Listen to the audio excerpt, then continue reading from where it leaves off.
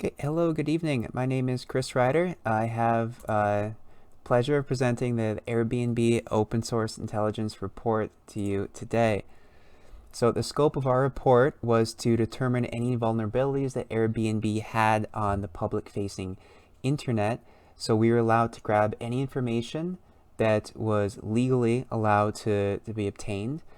And we couldn't use any sort of active tools like port scanning or anything like that. It was just passive information gathering, kind of using Google to scour the internet. And then following that, we did come up with some remediation, some suggestions to patch your vulnerabilities. So before I go into the vulnerabilities that we found, I'll talk about the classifications that we use. We have a critical classification: high risk, medium risk, and low risk. Critical issues are things that need to be fixed today, things that need to be fixed right away. They involve proprietary information or sensitive information or critical company infrastructure or crown jewel targets, like for Airbnb, your website. I assume you couldn't do without for an hour or a day, or customer addresses and credit card information that would, if those were leaked on the internet, would significantly damage your company. Along with, we deemed customer passwords and emails and account information, because we thought that would, if that was leaked on the internet, that would do significant damage to your reputation and damage your customer base. So anything that involved these critical issues, anything involved that these crown jewels were considered critical issues. A high risk issue would be something that needs to be fixed immediately, but doesn't involve the crown jewel targets. So high risk issue poses significant risks to the company, can be exploited easily using known malware, or has been seen in the wild, which means that we've seen a piece of malware that is going around scouring for these vulnerabilities, and when it finds them, it takes advantage of that. So that would be a high risk issue. And or involves sensitive information. A medium risk issue would be a vulnerability that'd be very difficult to exploit, like maybe an advanced persistent threat actor, like a nation state actor, could take advantage of this, or extremely, I don't want to say talented, but maybe persistent individual with high skill set. It could take advantage of this vulnerability. But that's not likely, so it's not as high of a priority as a high-risk issue. Then we have a low-risk issue, which is something that's worth addressing, but does not pose a significant risk to the company. Right, so we found in our test, we found one medium-risk issue and one issue that we deemed to be low risk. The medium risk issue we found was sensitive email information exposed on the company website. And we'll get into the details of that later. The low risk issue we found was you had a large company social media presence, which is pretty normal nowadays, but we believe that you should do some training in order to help with phishing and social engineering attacks in the future.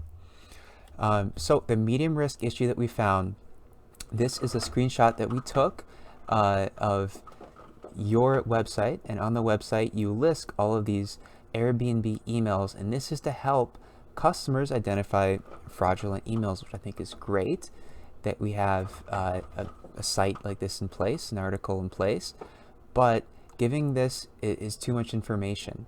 This could be used for in a phishing attack.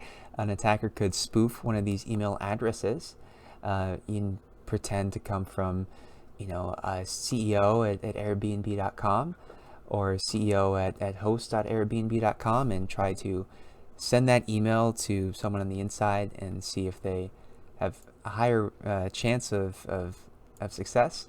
They also could spoof these email addresses and send them to a customer directly. It's not that difficult for a knowledgeable attacker to spoof an email address. So having this information out in the internet is kind of giving a recipe to an attacker, saying this is what you should do to look like Airbnb, look like the emails coming from Airbnb. So it's not a good idea to have this out and about. We'd recommend taking it out and just referring to customers to the company website. And moving right along, the low risk issue was a large company social media presence. This is probably every company in the world has a big social media presence nowadays.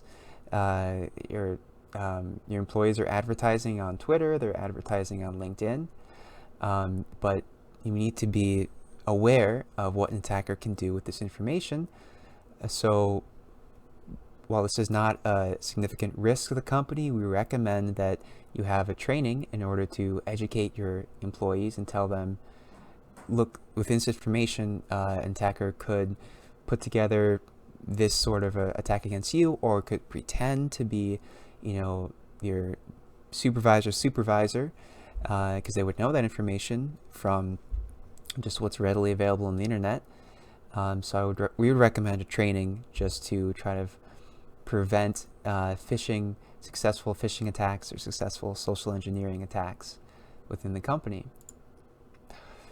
As far as strategies go to mitigate these risks, or to fix these vulnerabilities, for the medium risk, we would recommend that you provide less information on the Airbnb website about email domains. We would say none. You could say have maybe one that is only associated with Airbnb support. That would be helpful. Or we don't know if you did this because it was not within the scope of the test. But if you have a separate email domains for people within the company, that would also be beneficial. So if you have separate domains for like Airbnb.com is for support, and maybe company.airbnb.com is for inside employees, then you could know immediately if email comes from CEO@airbnb.com. You know immediately that it's not coming from the CEO. It's probably coming from a malicious attacker. And also, we'd recommend having a training for your employees, like I mentioned earlier, just so they are aware of what social engineering and phishing attacks can do, because these tend to be what we would see in the wild. We would see a lot of phishing attacks and a lot of social engineering, and they tend to be very successful because people typically want to help anyone that they're talking to on the phone, or they want to impress a supervisor or a boss or a CEO. So really would recommend having these trainings just so employees would know not to respond to emails, not to click on links. What might seem basic, but these have proven to be very, very successful. So that is it for our findings. Thank you very much for listening to our presentation.